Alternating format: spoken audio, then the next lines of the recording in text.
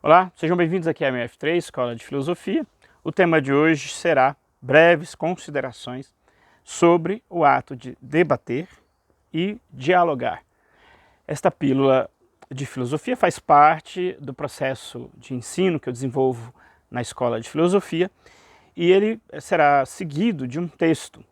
A ideia, como já tenho avisado, é permitir a você esses dois registros. Aqui, numa fala mais espontânea, mas como se estivéssemos tendo uma conversa num contexto de aprendizado. E o texto permite, caso interesse pelo tema, fixar a ideia e compreender aí algumas nuances do tema e da forma como eu tratei. O link vai estar logo aqui abaixo, fique atento para que você possa então ter acesso a isso. Eu dividi este texto, e essa exposição também seguirá o roteiro, em 3 etapas. A primeira, para que debater? A segunda, não discuto política e religião. E no número 3, gosto mesmo de discutir sobre o meu time de futebol. As ideias então que eu apresento na primeira parte, para que debater, eu, exatamente para estabelecer um diálogo, tento procurar exatamente essa sensação que nós temos partilhado. Hoje em dia, se eu falo para alguém, eu discuti com alguém, num primeiro momento a tendência é pensar que houve ali uma briga. Portanto, como que debater e discutir tem sido interpretado como algo, primeiro, a ser evitado. E quando acontece, como uma atitude beligerante, uma atitude que já pretende ser uma briga. É difícil a gente determinar quando que se transformou nisto. Também fazer um exame da origem desse estado que estamos vivendo hoje, por exemplo, no Brasil, é um trabalho difícil. Alguns vão dizer que é recente, ligado à corrente A, o outro vai dizer que não, é culpa da corrente B. Para além da gente saber que origem, nós sabemos que está aí a coisa, está posta. Nesta etapa, portanto, eu lembro que o debater, se nós fôssemos pegar aqui o ser humano, quando ele, há 45 mil anos, começou a tomar a forma que nós conhecemos hoje, segundo a arqueologia, segundo estudos aí da antropologia e de outras áreas, nós podemos pegar uma situação hipotética que o ser humano tinha uma preocupação fundamental, que era se situar, se localizar aonde que ele estava, o que estava à volta dele. Isso era inicialmente mais imediato, usando a visão, o ouvido. Com o tempo, esse mesmo ser humano foi especializando nessa arte de saber o que estava acontecendo, por outros sinais. De repente um barulho, ele não via, mas pelo barulho ele sabia o que se tratava. E num dado momento podemos imaginar que esse ser humano compartilhou isso com outro humano. Se aquele barulho é desse bicho mesmo ou do outro, se aquele bicho está a tantos metros ou não. E a mesma coisa com alguma pegada, com algum resto, com algum mato quebrado. O humano partilhava com outro humano e isto provavelmente é a origem do diálogo, o debate. Nós dialogamos, portanto, entre nós, com perspectiva de nos situarmos em relação ao mundo, à coisa que está posta à nossa volta. Então isso é um recurso importante. E eu termino essa primeira sessão, ela tem mais detalhes, mas eu termino com uma ideia de que num dado momento existiria um algo que teria interesse que esses humanos não fizessem o processo de situar-se, seja ele individualmente ou nessa troca um com o outro, que de preferência servisse um com o outro para torná-lo mais não situado possível. Que algo seria isto? Então eu passo já para a segunda sessão, que é não discuto política e religião.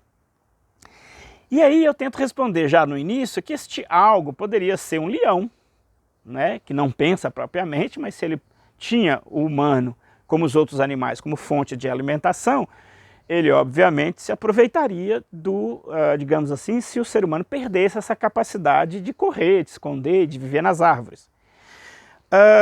Porém, essa é uma ideia obviamente caricata, ainda que ela pode ser verdade. Existiam predadores que se alimentavam de humanos.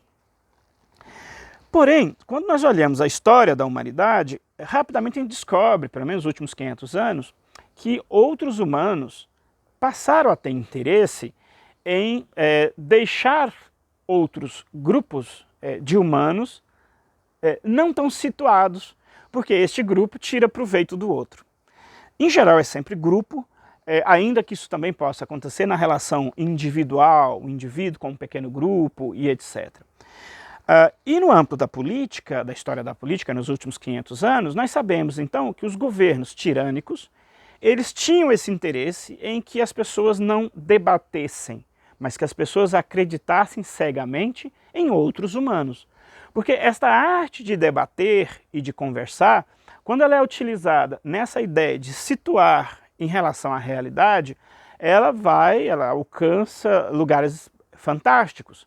Porque se inicialmente falamos de predadores, em termos bem didáticos, depois esse diálogo, ele permite com que o humano entenda situações que não estão imediatamente postas, mas que estão invisíveis aos olhos, imediato, mas que existem. E uma delas são as intenções políticas, o modelo de governo, o que acontece. Eu cito também no texto, o ser humano aprendeu a plantar, isso também muito antigamente, porque ele entendeu que numa época não tinha disponível para coletar a planta, a comida. Então ele plantava e guardava para comer naquela outra época. Então veja bem, capacidade de ver que durante tantos meses não terão fontes para se alimentar, eu preciso fazer isso.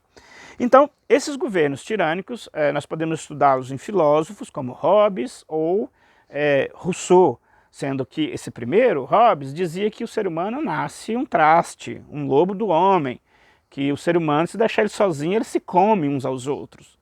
Aí tem o Rousseau que diz, não é bem assim não, o ser humano nasce uma pessoa muito boa, é a organização social que o corrompe.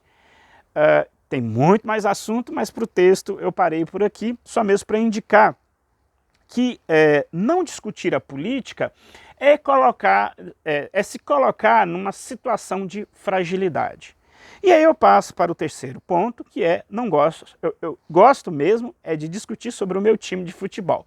Mais uma vez, pegando uma situação corriqueira nossa.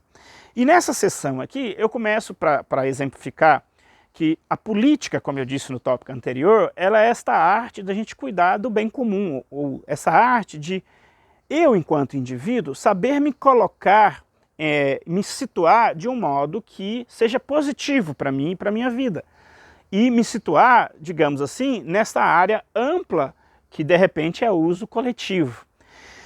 Nessa parte, então, que eu falo de discutir do futebol, o que eu sinalizo é que nós fazemos uma operação que nós invertemos a discussão que deveríamos ocupar dela, que é essa de nos situarmos, e passamos para discutir uma coisa que não seria propriamente ligado a esta situação coletiva e que acaba funcionando como uma consolidação de que você não faça efetivamente um diálogo e um debate produtivo. Ou seja, funciona como uma forma de interditar você de usar esse recurso de dialogar para se situar e não fazer isto. E o exemplo que eu dou sobre falar do time de futebol, quer dizer, nós até de certa maneira fazemos algum tipo de discussão, o que a gente vai descobrir que isso não é uma discussão, é uma falsa discussão, é um faz de conta discutir o futebol é exatamente isso. Eu dou dois exemplos que são um bairro imaginário que entre esse bairro e a cidade tem uma ponte. E é óbvio que todos nós do bairro precisamos ir à cidade e voltar, nós cuidamos dessa ponte. Essa ponte está quase caindo, nós vamos lá cuidar, nós vamos pedir nos dias de hoje para o prefeito cuidar da ponte, mas a ponte é interesse de todos os moradores desse bairro. No entanto, se tiver uma árvore quase caindo em cima de uma das casas do morador desse bairro, esse assunto acaba não interessando a todos os outros. É claro que numa cultura cristã nós tendemos à solidariedade. Não é a cultura norte-americana do individualismo que diria o problema dele cai em cima da casa dele. Em outras culturas, que não somos perfeitos, mas nós tendemos a ter esta ideia de solidariedade. Mas em última instância, este é um assunto que interessaria àquele indivíduo, àquela casa, e não ao coletivo. Portanto, seria um interesse mais privado e não coletivo. O que acontece, então, é que o futebol, ele inverte esse processo. O futebol é como se todos passassem a se interessar pelo negócio, pela árvore que vai cair sobre a casa da pessoa, lembrando que a propriedade é privada, o indivíduo tem o direito de impedir que as pessoas se ocupem da árvore que vai cair em cima da casa dele. Ele é que decide, o direito garante ele isso, porque existe a ideia de individualidade, que é respeitado, e de propriedade. Então no futebol é como nós então ficássemos todos falando um com os outros sobre a árvore do vizinho que vai cair em cima da casa dele e que não vai afetar a vida de ninguém a não ser a do vizinho. E obviamente sem pensar a ideia de solidariedade, porque se o vizinho for um idoso, alguém com necessidades especiais, é claro que a solidariedade vai levar ali, conversar e resolver o problema dele. Mas é só para a gente entender que no caso da discussão do futebol, nós deixamos de discutir aquilo que efetivamente nos interessa, que é a vida pública, a vida política, que nos situa e que faz com que nós conseguimos nos colocarmos sem nos colocarmos em situação que nos prejudica. Nós simplesmente deixamos de fazer isso e vivemos uma vida sem pensar neste assunto. A grande pergunta é como então anda essa nossa situação. Eu ainda retomo no último tópico o assunto religião, que eu não falei tanto no tópico 2, mas eu retomo ele aqui. A religião, ela está lá naquela origem, quando aqueles dois primeiros indivíduos começaram a debater sobre a situação, ou seja, para onde nós podemos, aonde nós não vamos. A religião surge nesse primeiro momento como também uma forma de pensar essa situação em que o ser humano se dá conta de algo mais imediato e ele desconfia que tem algo para além desse imediato. Então as tradições religiosas surgem junto. Então é importante também falarmos de religião, conversarmos sobre religião. Religião também se discute. Nós só não fazemos isso hoje por um outro problema. O problema da chamada intolerância religiosa. Então se nós temos o interdito ao debate e a gente acha que ele está ligado só à política, nós vamos descobrindo que essa pecinha, esse canivete aí que a gente usa para fazer várias coisas, que é o debate, o diálogo, ele serve para coisas que são fundamentais na nossa vida. Eu falava da política, mas o fenômeno religioso também é fundamental para a vida das pessoas.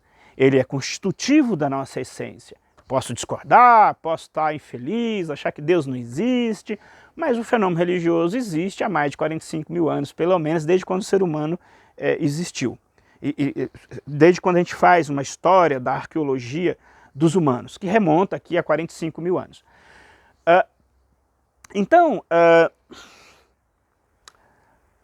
E aí eu menciono um documento que introduziu o ensino religioso nas escolas públicas. Não é para ensinar religião na escola pública, é para ensinar um pouco o que são as religiões e para que o jovem aprenda a entender que é possível dialogar sobre religião. E que não precisa ser interditado o debate sobre diálogo interreligioso, diálogo religioso. Também não precisa. Se no político eu dei esses exemplos, eles valem até certa medida também para o religioso.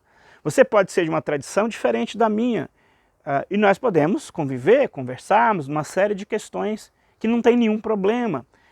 Existe, em última instância, um limite para isso, né? Se a religião do outro, por exemplo, sacrificar pessoas hoje em dia, eu diria que isso é um limite para mim, para o direito brasileiro e, no geral, para a cultura ocidental em geral. Não concebemos essa diferença. Então a diferença, é verdade, ela tem um limite. Mas até nós chegarmos nesses limites, a diferença é muito enriquecedora. E não é, quando eu descubro que tem a religião do outro, a minha não diminui. Eu vejo, dada a minha formação dentro de um curso de teologia e de outras formações em teologia, portanto, durante 6 anos, eu me dou conta que os colegas da mesma tradição espiritual que a minha, com muita frequência, aqueles que não estudaram, não tiveram as condições de estudar e não fizeram essa opção, eles acabam não conseguindo entender o que é a própria experiência dele. E por não entender o que é a própria experiência dele, ele tem uma dificuldade de lidar com o outro, porque ele fica com medo dele ter que virar o outro. E aí ele ataca o outro, ele fala mal do outro e etc. No âmbito da religião, a ideia do debate também serve para que a religiosidade de cada um, seja qual for a que você optou a fazer parte, o diálogo e o debate são fundamentais para esse setor também. Enfim, no entanto, a gente acaba discutindo a novela e o futebol, que apesar de fazerem parte também da condição humana, a ideia de entretenimento, a ideia de cultura, na forma comercial, como essas duas coisas aparecem, o futebol e a novela, eles acabam inibindo os indivíduos de desenvolver esses aspectos do diálogo e do debate efetivo. Porque a esfera onde isso tem que acontecer é em outro setor e não neste. Muito obrigado, até um próximo videoaula.